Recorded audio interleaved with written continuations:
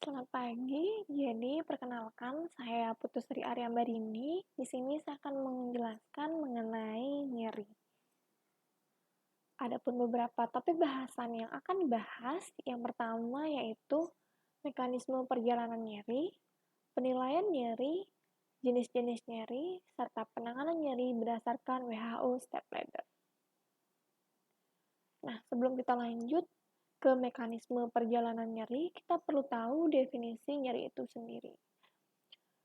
Jadi, nyeri merupakan pengalaman sensorik dan emosional yang tidak menyenangkan akibat adanya kerusakan atau ancaman kerusakan jaringan. Nah, berikut mekanisme perjalanan nyeri.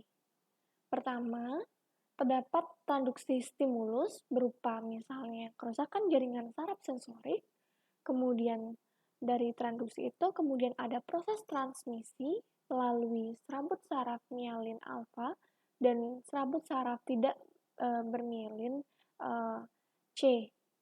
Kemudian berjalan melewati cornu dorsalis medula spinalis, kemudian berjalan naik ke talamus, kemudian ke korteks cerebri.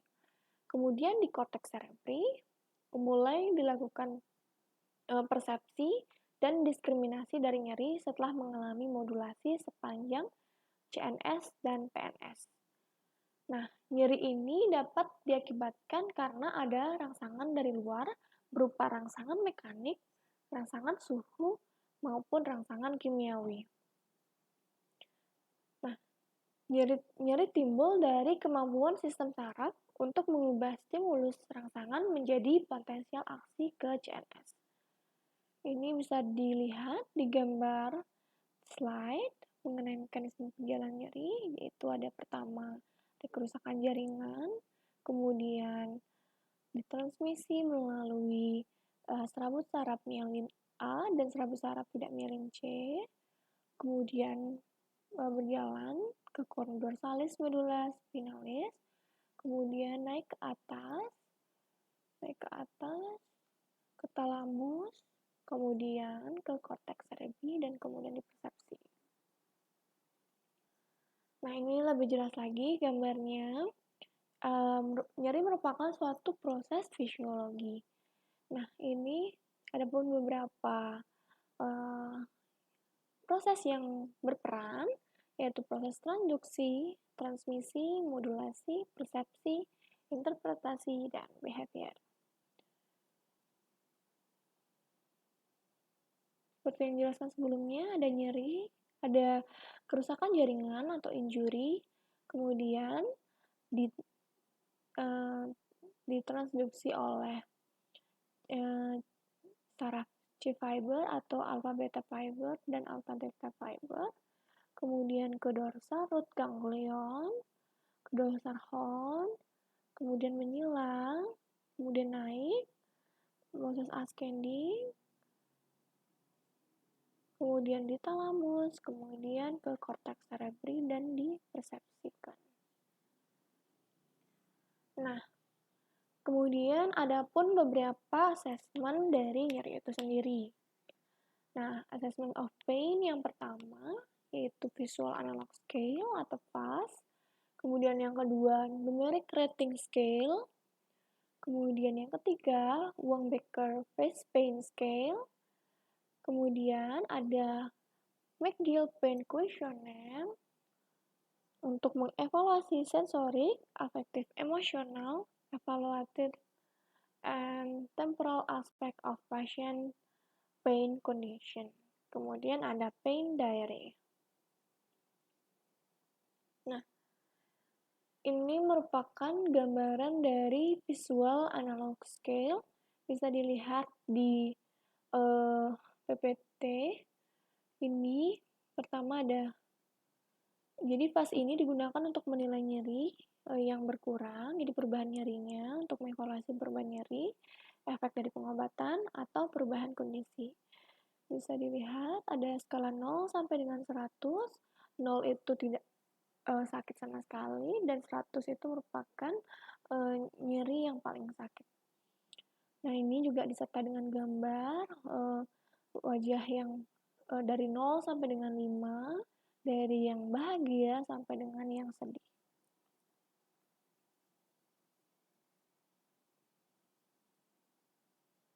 Kemudian yang kedua adalah Numerical Rating Pain Scale atau NRS.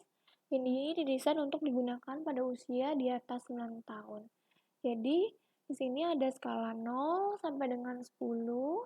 0 itu tidak sakit, 1 sampai 3 itu nyeri yang ringan, kemudian 4 sampai 6 nyeri moderate, kemudian nyeri skala 7 hingga 10 itu nyerinya yang severe.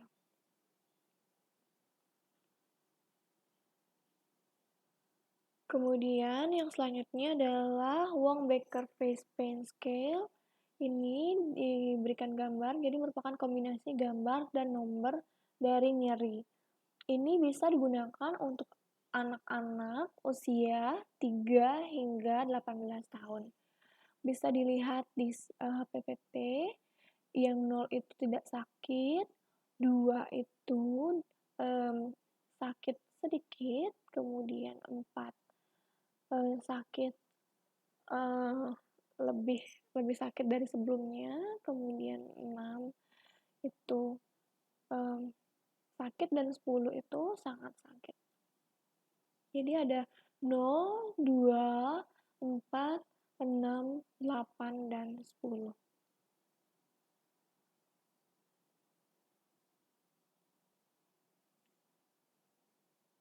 Kemudian yang selanjutnya yaitu McGill Pain Questionnaire. Jadi McGill Pain Questionnaire ini terdiri dari 78 kata yang mendeskripsikan nyeri. Pasien diminta untuk menandai kata yang mendekati apa yang ia rasakan. Nilai maksimumnya 78. Jadi skala ini berguna untuk orang dewasa dan anak-anak yang sudah bisa membaca. Ini merupakan contoh McGill Pain Questionnaire. Ada 78 kata yang tersedia.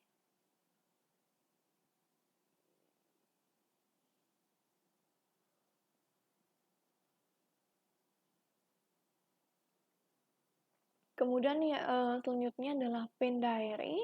Jadi Pain Diary ini digunakan untuk memonitoring gejala-gejala dan biasanya digunakan ketika kita melakukan assessment kepada pengobatan. Kemudian bisa juga ini sering digunakan untuk pasien-pasien kanker selama menjalani pengobatan. Kemudian dan memang nyerinya ini memang berkaitan dengan aktivitas. Keuntungannya itu memang berhubungan dengan aktivitas. Jadi di Pain Diary ini ada lokasi nyerinya, intensitasnya, dan aktivitas yang berhubungan di mana aktivitas apa yang menyebabkan peningkatan atau penurunan nyeri. Jadi itu keuntungan dari Pain Diary. Sini ada physical symptomnya, kemudian mental, cognitive, and emotional, dan exacerbation condition.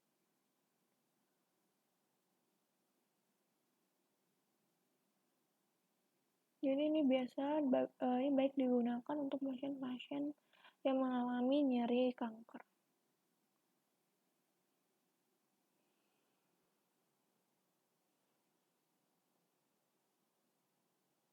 Ada nyeri, ada kualitas tidur,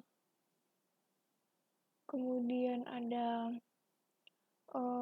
nyeri pagi hari, nyeri sore hari, nyeri malam hari. Kemudian di sini ada fatigue level, kemudian rasa lemas, rasa sempoyongan, kurang nafsu makan, kemudian rasa perut yang tidak enak, keseimbangan, kemampuan untuk berjalan, bagaimana urinasinya bagaimana, atau perkemihannya bagaimana, apakah ada cemas. Jadi ini sangat lengkap untuk Pain Diary ini, namun hanya saja perlu diperlukan kemampuan pasien untuk mengerti bagaimana cara mengisi pain diary worksheet ini.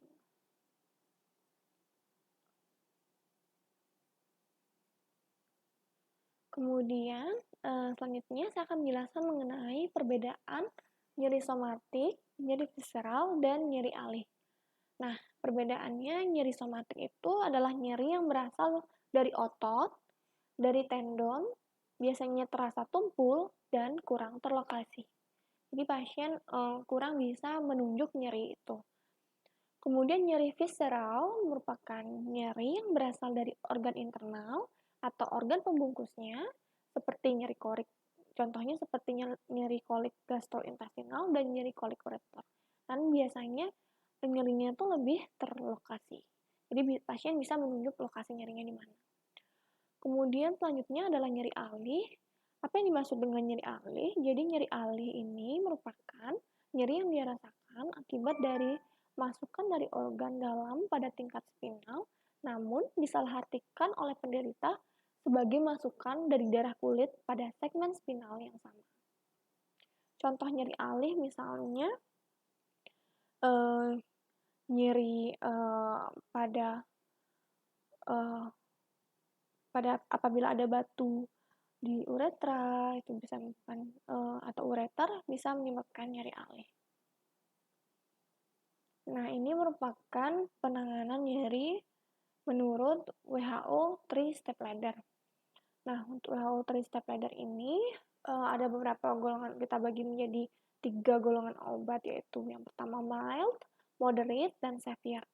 Untuk nyeri-nyeri kanker ini digunakan obat dari bawah ke atas. Jadi penggunaan yang ringan terlebih dahulu, kemudian moderate, kemudian severe.